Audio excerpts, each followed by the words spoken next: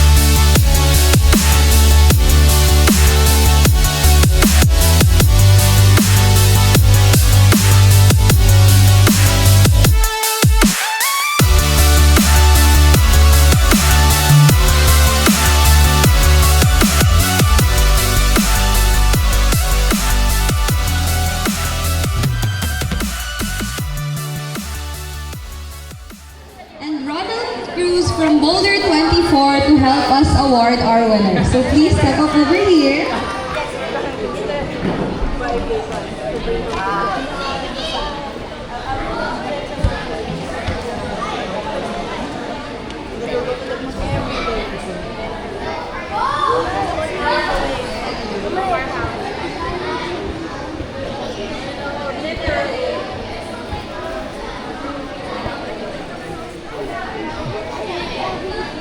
Okay, everyone, are you ready? So for today's winners for the U8 category, at third place with 4 tops, 6 high zones, and 8 low zones, we have Sebastian Sanico.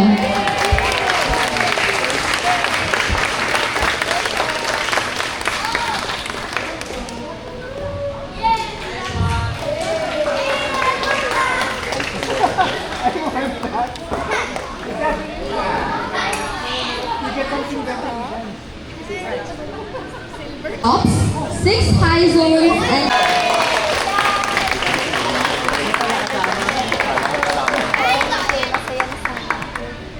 and for our first place, with 8 tops, 9 high zones, and 11 low zones, we have Abe Canonigo. So our first place winner for this category also receives a chalk bag from the Chalk Bag Project. Let's give them all a round of applause.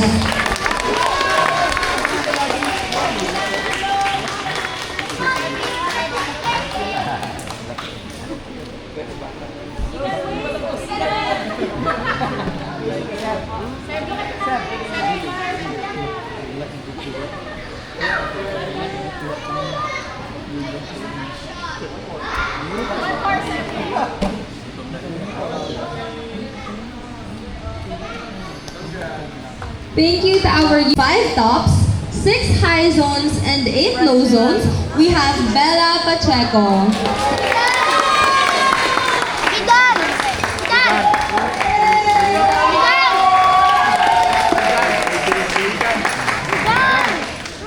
At second place, with 8 tops, 8 high zones, and 8 low zones, we have Alana and Mata.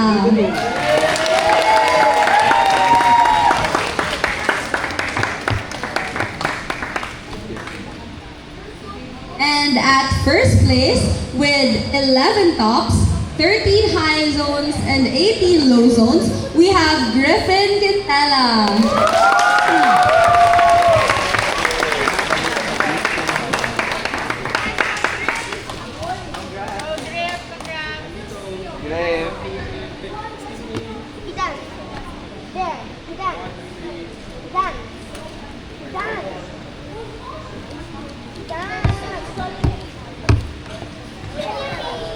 Congratulations to our U10 category winners. We have Anton Malaka.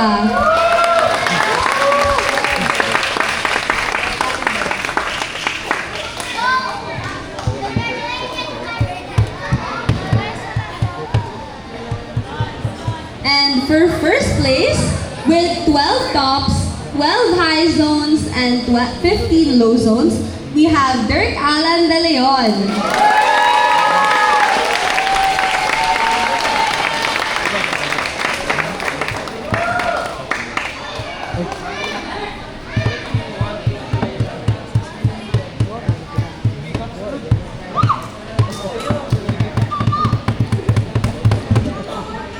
Congratulations to our U12 boys category winners. Let's give them all a round of applause.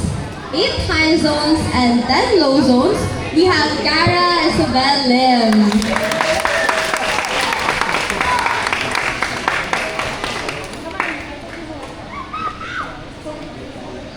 At second place, with 12 tops, 12 high zones, and 14 low zones, we have Natalie Lawenco.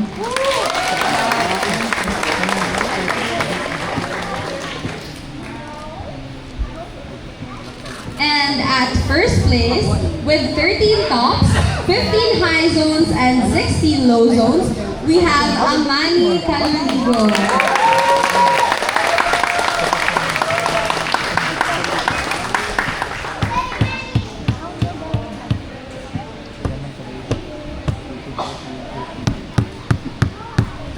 Congratulations to our U12 girls category winners. With 18 tops, 10 high zones, and 12 low zones, we have Crisanti Robles.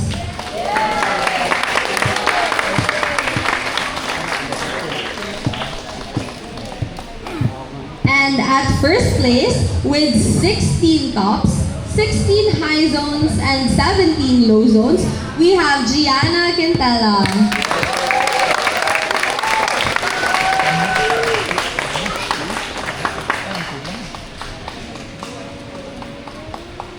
Congratulations to our U15 girls category winners. Let's give them a round of applause. So at this point, we'd like to call...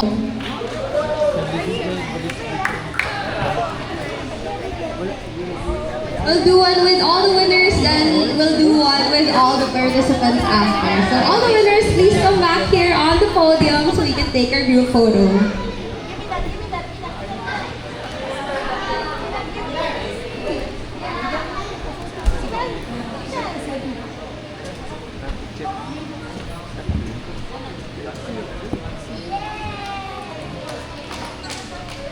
Now let's give our winners a round of applause, everyone.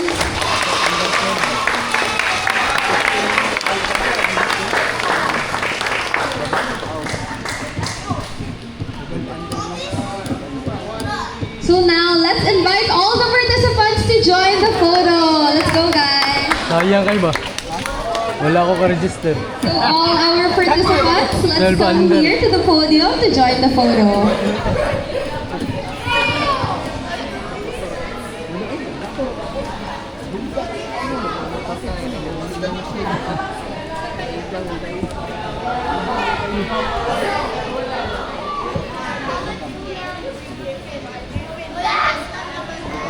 Smile, everyone.